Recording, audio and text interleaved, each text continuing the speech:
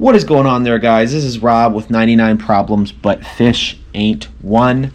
Today we are going to be talking about winter carp fishing and why you should be winter carp fishing.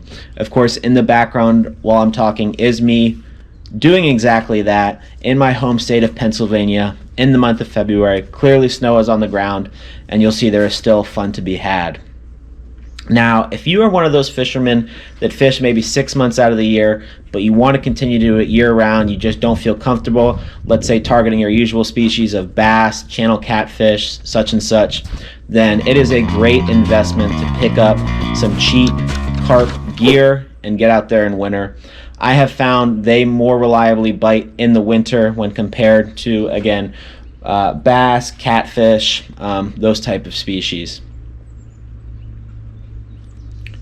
Specifically, last year, we had a little bit more of a mild winter with less snow and precipitation, and I was consistently picking up carp every week in the month of January and February. This year has been a little bit different because we have been crushed with snowstorms that have just kind of been hit or miss. So it's been a little bit harder for me to get out, but clearly here, snow on the ground, and we're still able to go catch them. You'll notice that these carp, if you do get out there and fish in the wintertime, you'll notice that first of all they absolutely do bite, but understandably they are sluggish, but once they find your bait they absolutely will take to it. So my general rule and principle that I follow is if I do not have a bite within 15 to 30 minutes of being in a spot, then I will move spots. That doesn't necessarily involve moving the rod holders, moving both rods to an entirely new location, you know, a quarter mile or a half mile around the lake or river, but it at least means we got to cast out, we got to try a different hole. But again, those carp will, when they're in that wintering hole, they still will be looking around, looking for an easy meal. The bait that I'm using in this video is corn, breadcrumbs, and a Jello mix just to kind of keep it all together there.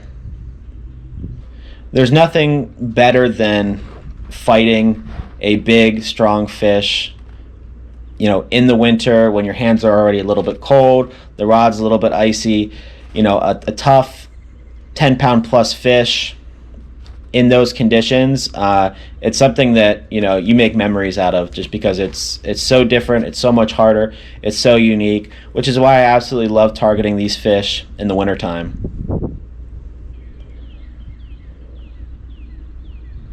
And of course here finally you see that fish, you take it, the rod bends over, you're praying and praying that that thing does not come off, does not snap you off, there's a good hook set, and then it's time to have our fun with them.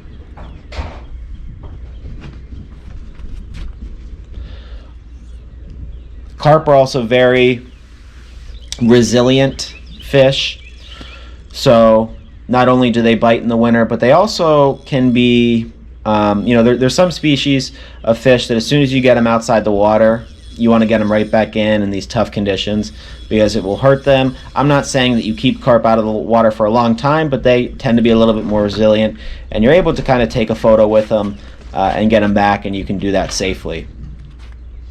Barely hooked. So you see me, of course, playing this fish out.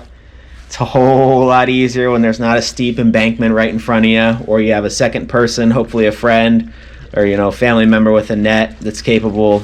But, you know, I have to get creative here, sliding down on my rear end, trying to net this fish. Gotcha. Maybe if it was a 5 or 6 pound fish, would have been a different story, but you really got to get good leverage when those fish are a little bit bigger.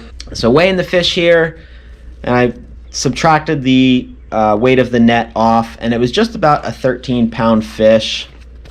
It was my only fish of the day, but again, I was only out for like an hour and a half or so, so I was definitely happy with it. And to catch a fish in February, every single time you do that, it's a special occasion. It's an absolute beautiful common carp there based on the scale pattern. You can tell I'm just so excited. So happy that this guy has made our fishing day, has decided to bite, and of course I'll do him the return the favor and release him unharmed. But that's going to do it for today's video, guys. I hope you like, comment, and subscribe, and I hope you enjoyed. Take care. Bye-bye.